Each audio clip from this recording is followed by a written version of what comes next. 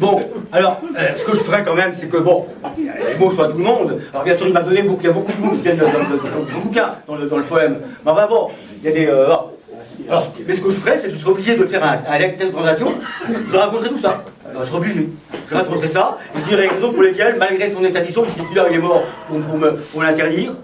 Donc, j'expliquerai tout ça. Voilà. Mais ce qui est sûr, c'est que si ce poème était vendu, il n'est pas question que je trouve de l'argent là-dessus. Ah, je peux pas. Ah oui, j'ai pas le droit. C'est normal. Pas de moitié-moitié. Donc je pense que je trouverais une cause qui l'intéresserait. Je pense que une cause politique pour les Ouïghours. Personne ne parle des Ouïghours. Hein, non mais c'est vrai, personne ne parle des Ouïghours. On parle des Kurdes, des Palestiniens, des Tibétains. Les Ouïghours, c'est un peuple qui est opprimé par les Chinois. Ils ont une culture, ils ont... Voilà. Bon, ça c'est une cause que je pense qu'il aura apprécié ça. Si je peux, ça il aura apprécié. Voilà. Bon. Ce qui s'est passé ensuite, c'est pas fini l'histoire. Ce livre a failli brûler dans un incendie. Voilà ce qu'il en reste. Le volcan s'est réveillé. Oh là. Mais ceci dit, cet incendie pour moi était plutôt une bonne chose parce que, malgré ça, c'est que bon, à l'époque c'était l'appartement que j'avais que des problèmes, j'étais assuré, donc j'ai eu de l'argent. En fait, cet incendie pour moi était plutôt bon. Bon. Lui, il n'a jamais su que son livre a failli brûler.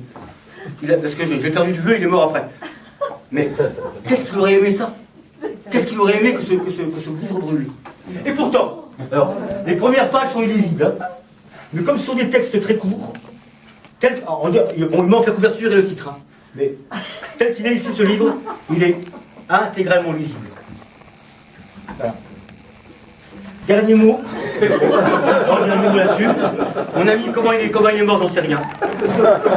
Non, mais c'est pas drôle, mon ami. Mon ami, il est parti, je sais pas comment. Quand il m'a quitté la dernière fois, il partait sur Grenoble. Il m'a laissé une adresse que j'ai perdue dans un carnet d'adresses. Sa mère n'avait pas de nouvelles de lui. Il va parler du commun. Moi, je pense qu'il s'est suicidé, tout simplement. Parce que, bon, il avait fait des études de lettres, très brillantes. Il avait fait les IPES, on est payé par l'État pour... l'État vous paye vos études, et vous devez être professeur, vous êtes...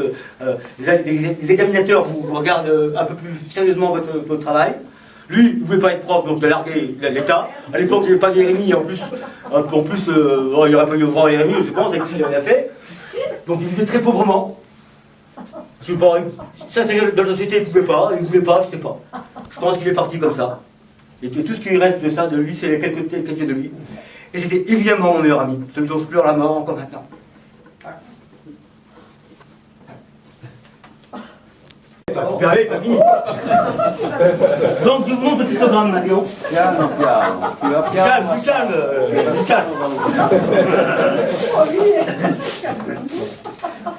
Donc, le pictogramme, le voilà.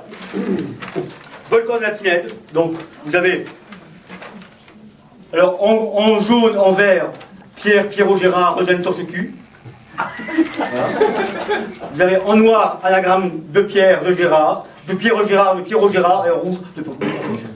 Ça, c'est le pictogramme que je n'aurais pas pu écrire sans le... voilà. Je peux le montrer. Oui, c'est facile, déjà.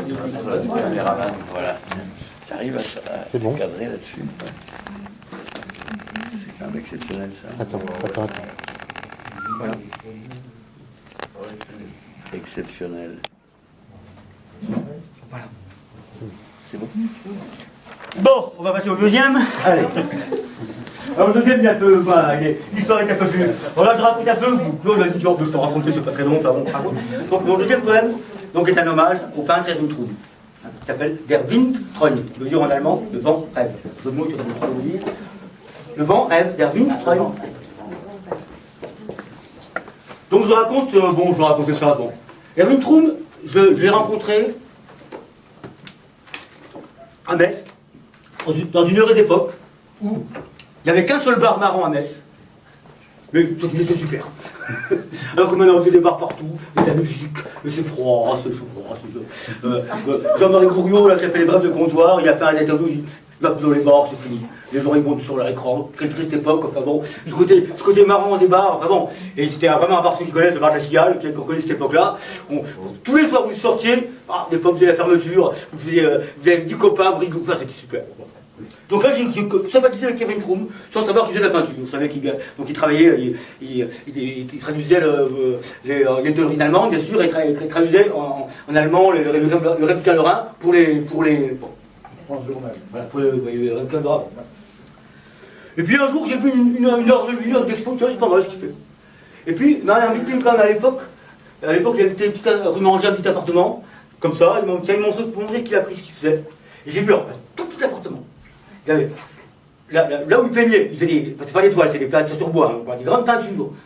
Pour les bien voir, il fallait se reculer de plusieurs mètres, alors qu'il y avait un couloir, alors que lui, il peignait comme ça, tout près. Je me suis dit, là, il a vraiment une maîtrise de son art qui est vraiment exceptionnelle. Ensuite, il y a eu, en 80, la grande rétrospective Kevin Troum auprès de Montreuil. J'y suis allé au vernissage, en voiture avec quelqu'un, un ami. Bon, et là, j'ai vu quand même quelle peinture c'était. Alors, je me suis dit, il faut que je voie ça de près. Du coup, j'ai pris le métro L'Or, c'était pas bon, c'était en 80. J'ai pris le métro L'Or, entre midi et samedi, je crois que c'était le dernier jour, ou avant-dernier jour. Bon. J'étais tranquille, personne. J'ai vu ces toiles magnifiques, bon, et je lui ai fait un petit texte que j'ai signé Joël dans le livre d'or. Et alors, et puis quelques temps de là, il m'a appelé, il est au bord de la presse, parce que bon, à l'époque, le républicain lorrain les locaux étaient à côté, donc à la terrasse, il m'appelle, il dit, ah, Joël, il me fera un verre, il me dit, ah, j'ai lu ton petit texte, je te remercie, pour ton petit texte, il dit oui. Il dit, j'aimerais bien faire un jour avec des mots ce que tu fais avec des couleurs. Puis bon, quand en 81, j'ai eu, bon, mon éclipse, c'est comme ça que je l'ai vécu, enfin bon, j'ai dit, le troisième, c'est pour Kevin Troum. Là, il verra son poème, il verra son troisième poème. En plus, alors, juste après, ça vient de tomber, il y avait une deuxième petite exposition qui avait eu lieu à la médiathèque, donc j'ai pu revoir certaines peintures que j'avais déjà admirées donc, avant, et j'ai pu lui faire donc, ce poème.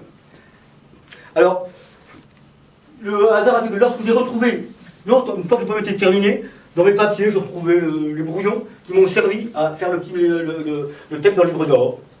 Or, ça a été quelques lignes, hein, mon petit poème, pas grand-chose. Bon. J'avais vu les mêmes mots revenaient, les mêmes images revenaient, donc j'avais vraiment la même vision. Puis je pensais aussi, il y a une autre peinture qu'il avait faite, je me dis, mais ça, Erin, ça, c'est l'enfer de Bosch. Je me dis, oui, c'est ça, c'est l'enfer de Bosch. Donc, vous verrez, je l'ai mis dans le texte. Donc, quand j'ai terminé mon poème, je suis allé voir Erin.